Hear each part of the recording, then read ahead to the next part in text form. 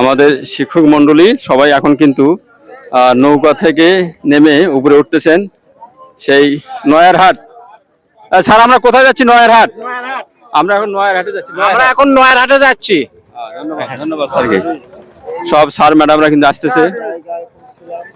আমরা এই বালাসী ঘাট থেকে নৌকা যোগে পার হয়ে এই পাশে আমরা এখন নয়ারহাটের উদ্দেশ্যে রওনা দেব। সব স্যার ম্যাডাম আমরা কিন্তু এখন পার হচ্ছি। স্যার আমরা কোথায় যাচ্ছি? নয়ারহাটে। এটা রাজীবপুর চর। রাজীবপুর চর। এটা রাজীবপুর চর। এখান থেকে আমরা যাবো মাজার, তারপর পাথরের ঘাট। জি ধন্যবাদ আপনাকে। জি স্যার, আজকে এই যে এই নৌকা চড়ে যে আসলেন দীর্ঘ পথ, কেমন লাগছে স্যার? অনেক অনেক সুন্দর মইন ভাই, আসলে নৌপথ ভ্রমণটা অনেক সুন্দরই লাগে আর কি। এটা একটা চমৎকার আমাদের পিকনিকের একটি সবচেয়ে উল্লেখযোগ্য একটা ব্যাপার। আর এখানে আমরা রাজীবপুরে এসে নামলাম, এখান থেকে আমরা যাব পাথরের ঘাট, তারপর সানন্দাবাড়ি আছে, তারপরে আপনার ওই মাজার, আমরা ভারতের মাজারে ওখানে যাবো আর কি। ধন্যবাদ ধন্যবাদ স্যার। আর স্যার আসলে কেমন লাগছে আজ তাপমাত্রা সব মিলে কেমন স্যার? তাপমাত্রা খুব বেশি স্যার। আসলে এরকম বনভোজন বলেন আর পিকনিক বলেন, এটা আসলে শীতের মধ্যে এলে ভালো হয়।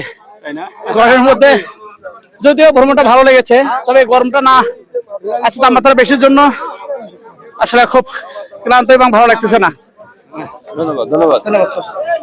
জি, এখানে সালাম ভাইকে দেখতে পাচ্ছি। সালাম ভাই, আজকে বলেন এই তাপমাত্রা সব মিলে কেমন লাগতেছে? এই যে বিশাল গরম। জি, আজকে 22শে আগস্ট, প্রচন্ড তাপমাত্রা।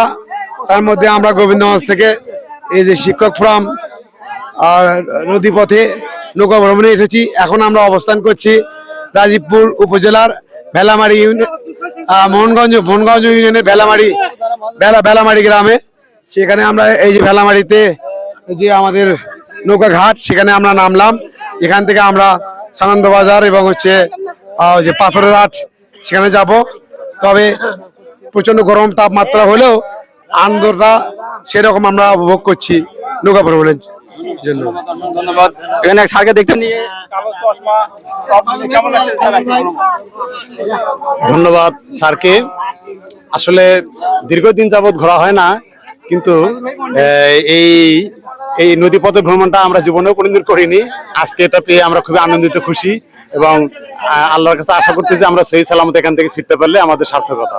ধন্যবাদ স্যারকে। ধন্যবাদ স্যারকে। আজকে আমরা এই মুহূর্তে রাজীবপুর এসে পৌঁছলাম নদী পথে। আসলে ভ্রমণটা অত্যন্ত আরামদায়ক। আমরা চেষ্টা করবো আগামীতে এইরকম আনন্দদায়ক নৌকা ভ্রমণ করার জন্য। তো আজকে আমরা যেন আবার সুস্থভাবে বাসায় ফিরতে পারি এই প্রত্যাশায় শেষ করছি।